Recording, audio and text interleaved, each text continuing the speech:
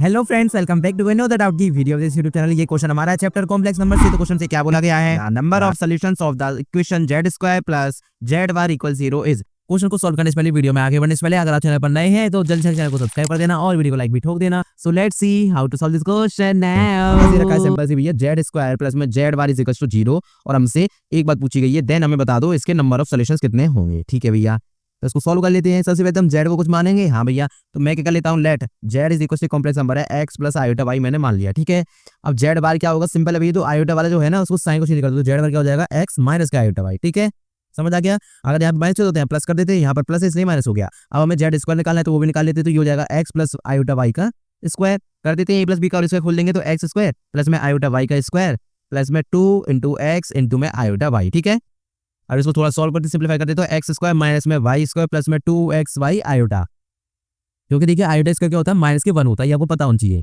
ठीक है, अब क्वेश्चन को आगे सॉल्व करते थे कि सिंपल बात क्या है, z² प्लस z = 0 ना, इसमें पुट कर देते हैं वैल्यूज को, तो z² प्लस में z = 0 था। हाँ भैया, इसे पुट कर देते हैं वैल्यूज, बिल्कुल कर देते हैं। x² माइनस y² प्लस में 2xy आयोटा प्लस में x माइनस आयोटा y = 0। इसको थोड़ा अरेंज करते हैं, रियल पार्ट को एक साइड में, इमेजिनरी पार्ट को एक साइड में। अगर ये 0 इधर है तो इसका मतलब है क्या, कॉम्प्लेक्स नंबर अगर इसको मानते तो ये हो गया 0 प्लस में 0 आयोटा ही तो होगा, तो मतलब रियल पार्ट में 0, इमेजिनरी पार्ट 0, जब तो 0 बना पूरा। हाँ भैया, तो उसमें जो रियल पार्ट क्या है, x² माइनस y² प्लस में x, क्योंकि इसके साथ में कोई भी आयोटा नहीं है, तो हम क्या कहेंगे यहाँ से, हम कहेंगे x² प्लस माइनस में y² प्लस में x = 0। एक तो ये बात हमें यहाँ से मिल रही है, एंड साथ में दोनों चीज आपको करनी पड़ेंगी। एंड इसलिए लगा रहा हूँ यहाँ पर, ध्यान रखना इस बात को, क्योंकि रियल और इमेजिनरी पार्ट 0 को तभी ये पूरा RHS 0 होगा।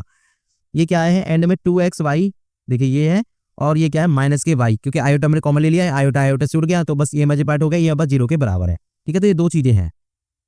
अब हम क्या करते हैं, हम एक साइड से वैल्यूज निकालते हैं, देखते हैं क्या क्या केस हो सकते हैं, तब इसमें वैल्यूज पुट करेंगे। तो यहाँ से अगर मैं देखूं तो यहाँ से मुझे क्या मिला, मैं y कॉमन ले लेता हूं, तो 2x - 1 = 0। तो फ्रेंड्स यहाँ पे मैं y = 0 एक केस बनेगा, एक केस इधर क्या बनेगा, x = 1/2, क्योंकि 2x - 1 को जब हम 0 करेंगे, देखिए y = 0 पे क्या होगा, इस इक्वेशन y की वैल्यू पुट करेंगे तो x² - 0 प्लस x = 0। ठीक है, मैंने x यहाँ पर क्या हो गया, x² और x है तो x कॉमन हो, तो यहाँ से हमें एक तो x 0 हो सकता है इस इक्वेशन से, या फिर एक x हो सकता है -1 के बराबर। ठीक है, ये तो केसेस है। हाँ भैया, तो यहाँ से अगर मैं देखूँ, यहाँ से पहले जो कॉम्प्लेक्स नंबर हमें मिलेगा, देखिए जहाँ पर कि x की वैल्यू 0 है, y की वैल्यू 0 है, वो हमें मिलेगा 0 प्लस में 0 आयोटा। आपको कहाँ डालना है, आपको x z की वैल्यू में डालना है, जो z हमने माना था ना, x प्लस आयोटा y, वहाँ पर आपको ये वैल्यू सब डालनी है। तो एक तो z1 कॉम्प्लेक्स नंबर ये आ गया। अगर मैं यहाँ पर बात करूँ तो x की वैल्यू -1 है, y की वैल्यू 0, तो z2 मुझे क्या मिलेगा, यहाँ से मिलेगा -1 प्लस में 0 आयोटा, यानी कि z2 की वैल्यू होगी -1। ठीक है, तो हमें z2 मिल चुका है, z1 हमें मिल चुका है, दो कॉम्प्लेक्स नंबर तो हमें मिल चुके हैं, इसका मतलब दो सोल्यूशन तो हैं। अब बात करते हैं x = 1/2 पे।